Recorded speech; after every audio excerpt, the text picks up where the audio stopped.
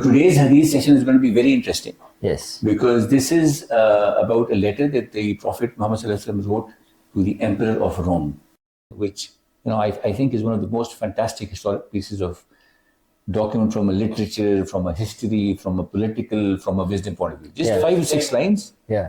And it's massive. Yes. And we'll get to that later in the hadith that we'll be studying today. This entire incident has been narrated, interestingly, by Abu Sufyan. Okay. And now Abu Sufyan, who was not a Muslim at that time, Okay. when the incident that we're about to read happened. Okay. Subsequently, he became Muslim. Okay.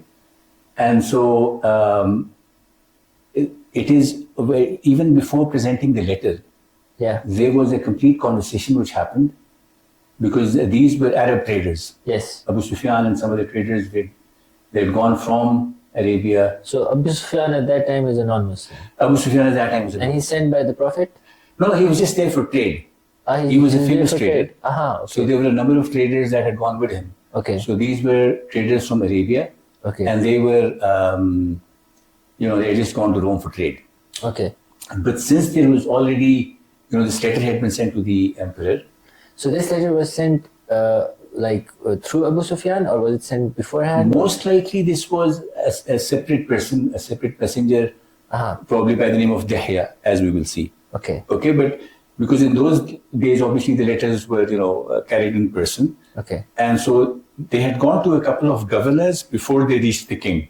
Okay. So there was already, talk about that this is somebody in Arabia who claims to be a messenger, Yes. and he's written a letter to the Emperor of Rome. So that conversation was already happening there. Okay. Okay, so that is the background of the hadith that we'll be studying today. All right. Okay, so very interesting incident. So this is hadith number 7 in the first chapter that we're studying of Bukhari, which is the how was the revelation started. Okay. Okay. So this is obviously narrated by Abu Sufyan. All right. And he says, أن هرقل أرسل إليه في ركب من قريش وكانوا تجارا بالشام في المدة التي كان الرسول صلى الله عليه وسلم معدن فيها أبو سفيان وكفار قريش. So this incident happened at a time when there was a pause in fighting between the Quraysh and Prophet Muhammad sallallahu alaihi wasallam and all the Muslims. Okay, Abu Sufyan was obviously from the Quraysh. He was from the same family. And he says, فَأَتَوْهُ وَهُوَ بِإِلْيَا فَدَعَاهُمْ فِي مَجْلِسِهِ. So when the emperor found out that there are some traders from Arabia here, so he called them to his palace. Yeah. And some of the ministers of Rome at that time, they were sitting over there. And he says, ثُمَّ دَعَاهُمْ وَدَعَا بِتَرْجُمَانِهِ. And of course, they didn't know each other's language. Okay. So Abu Sufyan, they were the Arabic speakers, and obviously the Emperor of Rome, they were the Greek speakers. Okay. So there was a translator in the middle. Okay. The king's translator. And so they called him. The translator didn't mess it up. I don't understand. Sorry. Go ahead. I hope the translator didn't mess it up. No, he didn't. I don't understand the relationship between Abu Sufyan and how the king got the letter, and how is Abu Sufyan linked in this whole conversation? Abu Sufyan happened to be there at the time when the letter was delivered. So Abu Sufyan is the translator. Abu Sufyan was not the translator. Okay. The translator was probably somebody in the king's court. Okay. Who knew the Arabic language. Because the letter had come from Arabia, and the emperor found out that there are some Arab traders available. Yeah. So he just called them. Okay. And as we'll see in the subsequent conversations, he just wanted to know, he wanted to know more about who this person is who claims to be the messenger. Okay. Right? Okay. And so he says, so he called all of these people. He says, أيهم أقرب نسبا بهذا الرجل جزمه أنه نبي. He says, which one amongst you is the closest in family to this person who calls himself a messenger? So because Abu Sufyan was from the same family, he was from the Quraysh. Okay? So Abu Sufyan says, I am the closest to him. قال أدنوه مني وقربوا أصحابه فجعلوهم عند ظهري ثم قال ترجماني. So basically what he did is he said, come closer to me. Yeah. And then the the rest of the traders who were with Abu Sufyan were made to stand behind him. And then he said to his translator, he says, tell them that I'm about to ask questions about the Prophet from this man. So he tells the translator to tell the other companions that if this person lies, let me know. Yeah, and they're standing behind him. They're standing behind him. So this is very interesting. It's very interesting. And because he's setting it up in such a way. He's setting it up in such a way that Abu Sufyan cannot lie. Yeah, so because he's the emperor of Rome. So yeah. It's not a joke. You can't mess around with him. In the palace. Yeah. So he says, I'm going to ask a few questions from this man, and if he lies, you guys need to interrupt. Okay. And this is where Abu Sufyan says, yes. When he's narrating this later on, he says, فَوَاللَّهِ لَوْلَا الْحَيَاءُ مِنْ أَنْ يَأْثِرُوا عَلَيَّ كَذِبًا لَكَذَّبْتُ عَلَيْهِ. He said, if I had the slightest notion that these guys wouldn't interrupt me, I would have lied. Because remember, Abu Sufyan is not a Muslim at that time. Yeah. Okay? Abu Sufyan is on the other side. Yeah. So Abu Sufyan is saying, if I wasn't scared of these other traders standing behind me, I would have lied. Would refute me, I would have lied. Yes. Okay, this is what he's saying. Yes. So he says, ثم كان أول ما سألني عنه قال كيف نسبه فيكم. So the first question the emperor asks Abu Sufyan, he says, this person who claims to be a prophet, what kind of a family is he from? And Abu Sufyan says, وَفِينَا ذُو نَسَبٍ. He says he comes from a good family, because Quraysh was one of the sort of top families of Arabia at that time. Yeah. And they were the people who had the keys to the Kaaba, where people used to come and do tawaf, right? So they were already in that sense, they were already the leading, let's say, family of that region. All right. Yes. Has anybody, whatever this person is saying, your prophet, has anybody said something similar before him? Have you witnessed that? And he says, Abu Sufyan said no. And then he says, فَهَلْ كَانَ مِنْ أَبَائِهِ مِنْ مَلَكٍ. He says, from his forefathers, was there anybody who was, let's say, a prince or a king or anything like that? And he says no. And then he says, do the elite follow him, or do the weak or the poor people follow him? He said, the weak people follow him. Yeah. And then he said, his followers, are they increasing or decreasing? Yeah. Okay. And so he says the followers are increasing. Okay. And then he says, فَلْيَرْتَدَّ أَحَدٌ مِّنْهُمْ سَخَطَ لِدِينِهِ بَعْدَ أَنْ يَدْخُلَ فِيهِ. Whoever comes to this religion, yes, does he ever leave it and go back? Yeah. That he's not, let's say, satisfied with the religion. And he says, Abu Sufyan said no. And then the emperor asks him, did you ever accuse him of telling lies before he said this? Before his claim of being a messenger. And Abu Sufyan said no. And, so he's basically checking his whole history. Yeah. This is a fantastic line of questioning, and he will explain himself, as we'll see, why he's asking all those questions. And then he says, did he ever deceive anybody? And they say no. Has anybody fought with him? Did he fight any battles? Yeah. And they said, yes, we have fought battles with him. So what is his message? Yes. Yeah, what is what is he asking you to do? He says he asks us to worship only one God, Allah. Yeah. Yes. And that we should not ascribe any partners with him, and that we should leave what our forefathers were doing in terms of worshipping idols and a lot of different gods. He said we should just worship one God. Yes. And he says that we should pray, and we should give charity, and we should be good with people, and we should look after our close relatives and friends and neighbors. Yes, absolutely. Yes. So these were all the questions that he asked them. And then interestingly, right after he had finished asking these questions, he told through the translator, the king told them, he said, I asked you about, the first thing I asked you was about the family. And you told me he comes from a good family. فَكَذَلِكَ الرُّسُلُ نَبْعَثُ فِي نَسَبِ قَوْمِهَا. So he says, as much as I know, this is the emperor saying, that all the prophets who came in the different nations came from good families in those areas.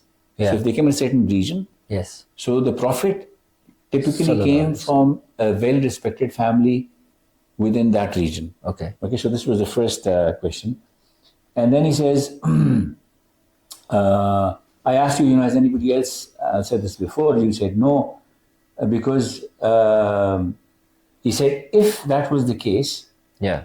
that somebody else had done this, then he may have been trying to follow somebody that came before him. But obviously he's come with a new message, right? And he says, because he's trying to establish, so for example, if his father or his grandfather or one of his granduncles said something similar, Because the interesting thing about this whole hadith is that Hercules is a very wise man, from what I understand from this account. Yes, he's a very wise man. Very wise man, yeah. The way that he is testing the Prophet for his prophethood, he has a complete objective criteria. Yeah.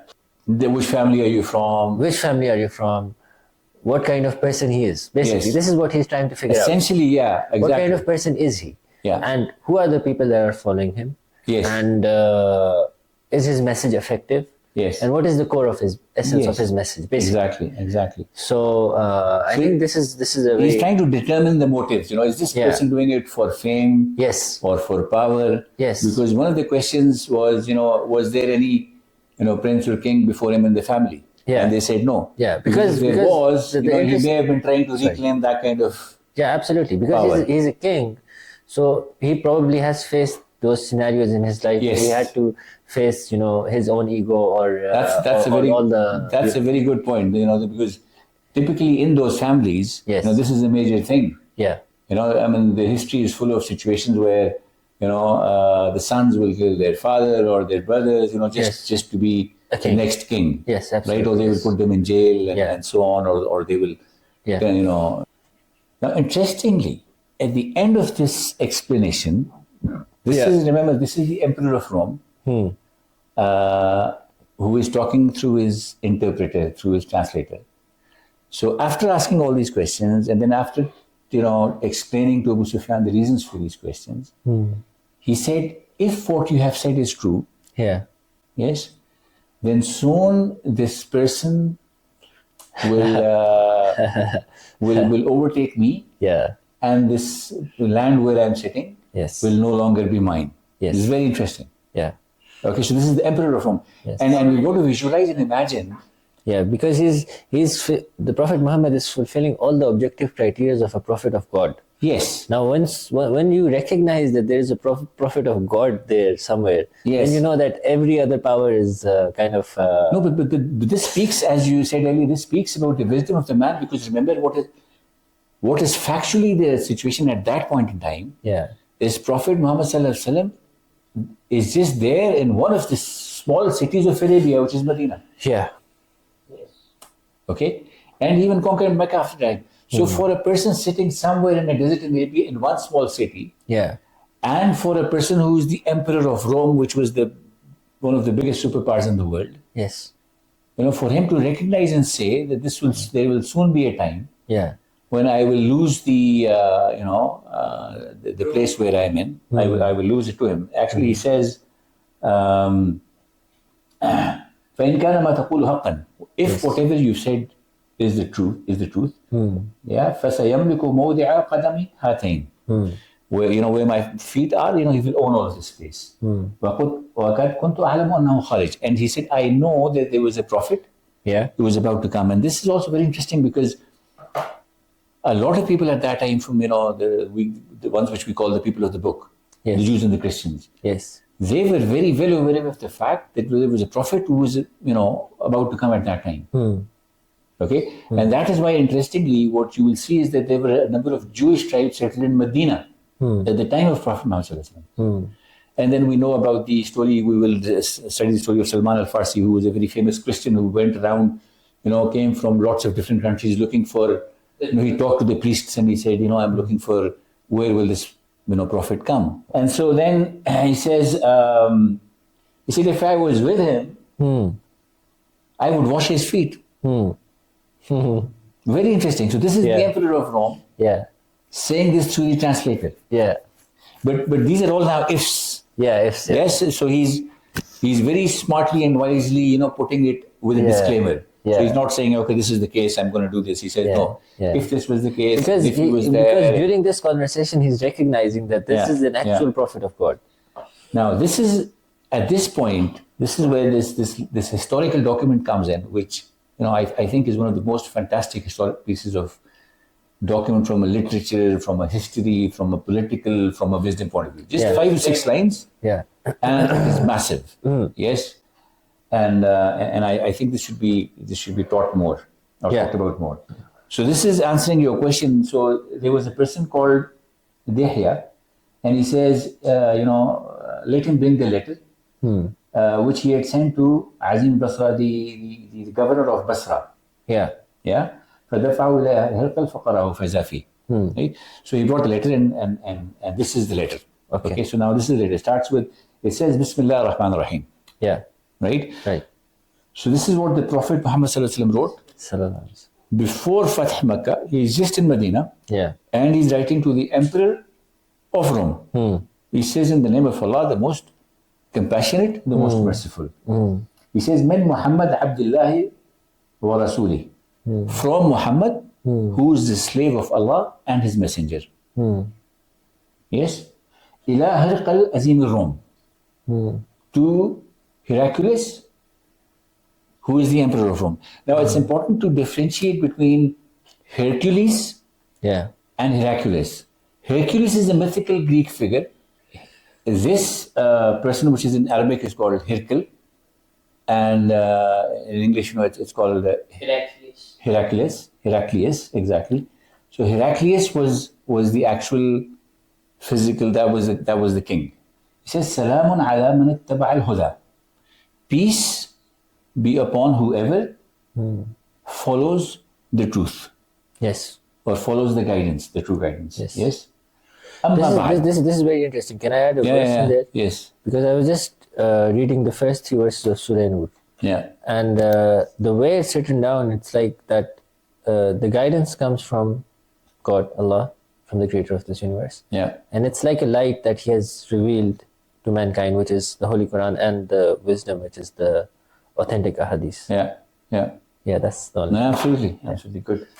So he says, peace be upon whoever follows the guidance of the truth. He says, Amma ba'd fa inni ad'uka bi di'ayat al-Islam. So Rasulullah says, I invite you towards Islam. Aslim taslim. He says, if you believe, you will be safe. Now this is, these 2 words are beautiful in terms of impact, because when you just read this immediately, you could see this as a warning or as a threat. Yeah. Yes.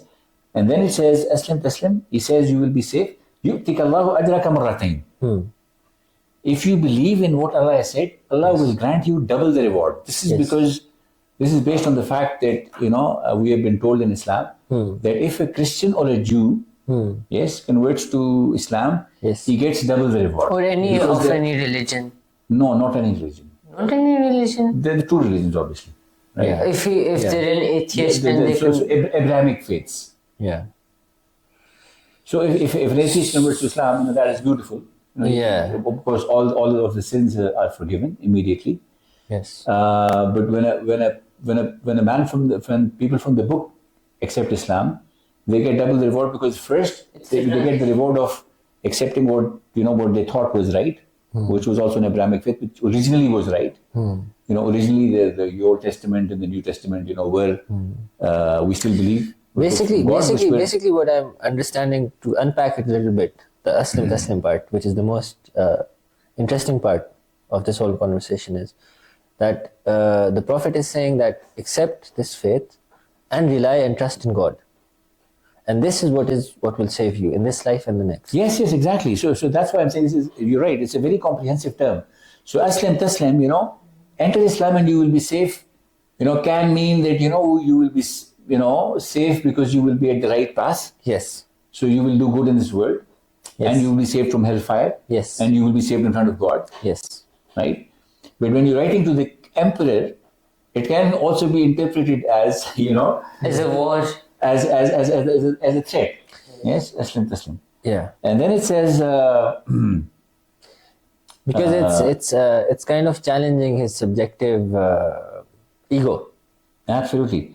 And it But, says, but I "فَإِنْ think this king, the king Yeah. Heraclius, in this whole story is actually truly wise, and he is very humble Yes, because he is actually looking for the truth. yes, yes. And this whole conversation is proving that it's proving several things. Yeah, But the most important thing that it's proving is that he is testing the people Yeah. or the circumstances and Yeah. so on and so forth to double check or triple check as objectively as he can that this really is a prophet and a messenger of God, and what he is saying, the message he has come with is the actual truth, and Yes. it is from God. yes, yes, absolutely. And so then he says, فَإِنْ تَوَلَّيْتَ. He says, if you do not accept this, فَإِنَّ عَلَيْكَ إِسْمَ الْأَرِيسِينَ. So, you will bear the sin of the people as well, because he's talking to the emperor. So he's saying, if you do not believe, then that means, a lot of the people, that you rule that in your kingdom, Yes. they will also be tempted not to believe. Yes. So he said, you will bear the sin Yes. of Who's saying your that? followers as well. This is in the letter. Oh, it's in the We're letter. still reading the contents Okay. of the letter. Okay, all right. We're still reading the contents of the letter. Uh-huh. Yeah. And then there is a verse, and that's it. So it's just 4 or 5 lines.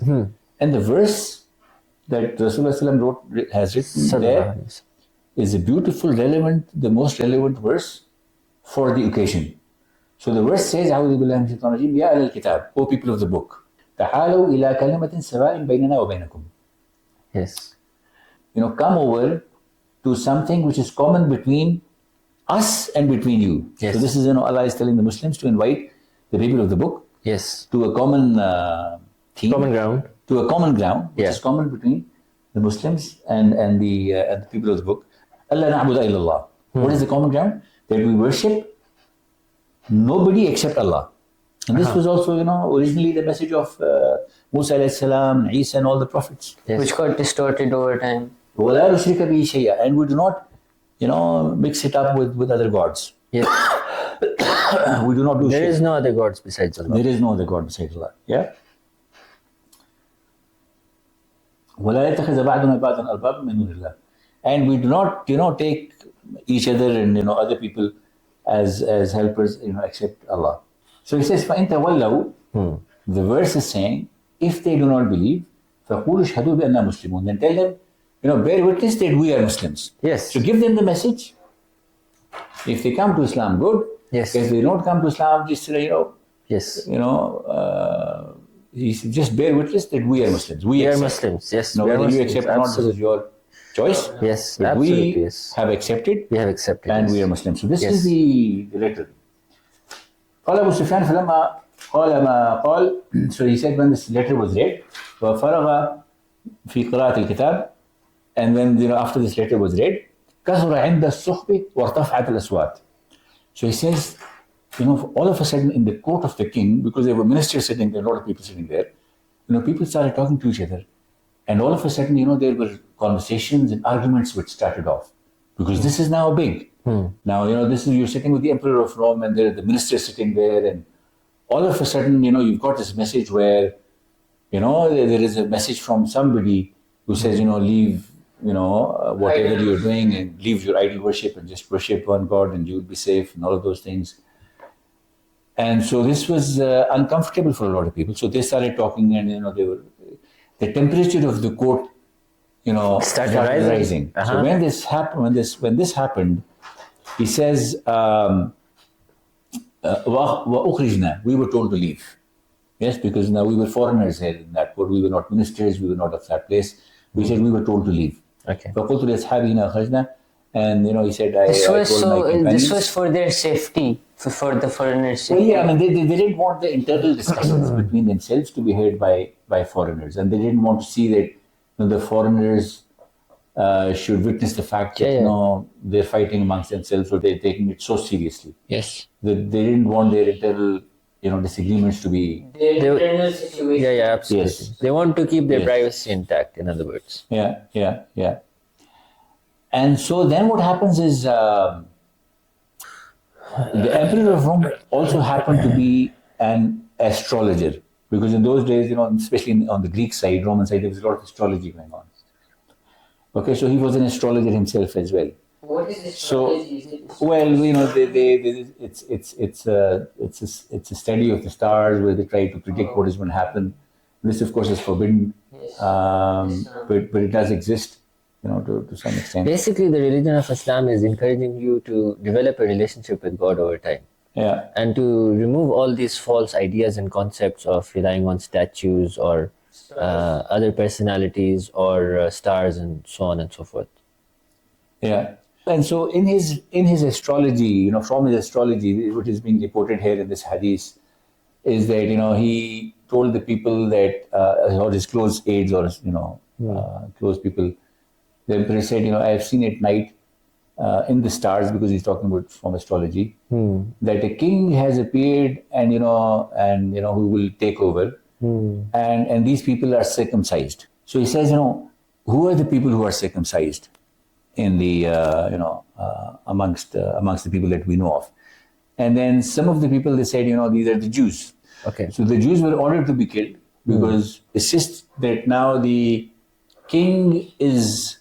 emperor is apprehensive or is scared of the fact that there is going to be a certain, just like what Pharaoh did.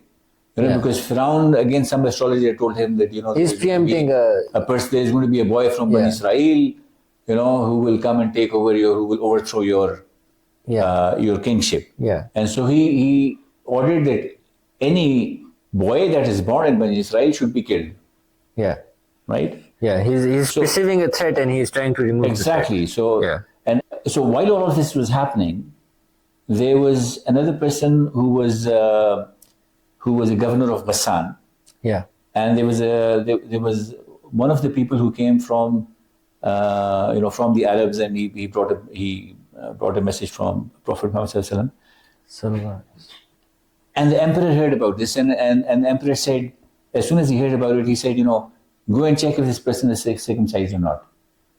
And when they did, they said he's circumcised, and then they asked him about the Arabs, and he said, yes, the Arabs, you know, we practice circumcision. So at this point, and this is where this hadith ends, it's very interesting hadith. Yeah. So at this point, the emperor invited all the ministers of Rome into his palace in Homs, in Syria. Okay, so he had a palace, probably in a number of places he had different palaces. So he, in Homs he had a palace where he invited all the ministers of Rome together, yes. And once they were there together, he asked the guards to close the gates of the palace, because he was going to have a private conversation with them. So he told all his ministers, he said, if you people want success, yes, and if you want, to have your governments and to be successful, yes, and to be in the right path, and you want the kingdom to be retained, yes, so you should probably follow this prophet, this new person who calls himself a prophet. Yeah. Now, as soon as he said this, all the ministers, they went into a state of shock, and they were, shocked and surprised, and they just couldn't accept the fact that this is our king telling us that we have to, leave our religion and follow what this prophet is saying, because obviously they had also heard about it. And so in that shock and disbelief, they started, they said, they just want to get out of the palace. Yes. They didn't like what the king said at all. They're used to a certain lifestyle for a very long time. They just wanted to leave the palace. It's too much for them to... That was a threshold. They said, this is nonsense. How can we leave our religion? So they wanted to go out of the palace. Yeah. So now when they started, running towards in shock and disbelief towards the gates were obviously closed. So the emperor, he called the people back. Okay? And this is where it gets very interesting. Heraclius lost all hope that his people would believe him. He called them back and he said, whatever I have said to you, was just to test whether you guys are strong and you will hold on to whatever you believe in or not. Yeah. Okay? So, basically, he played a smart one. Because he realized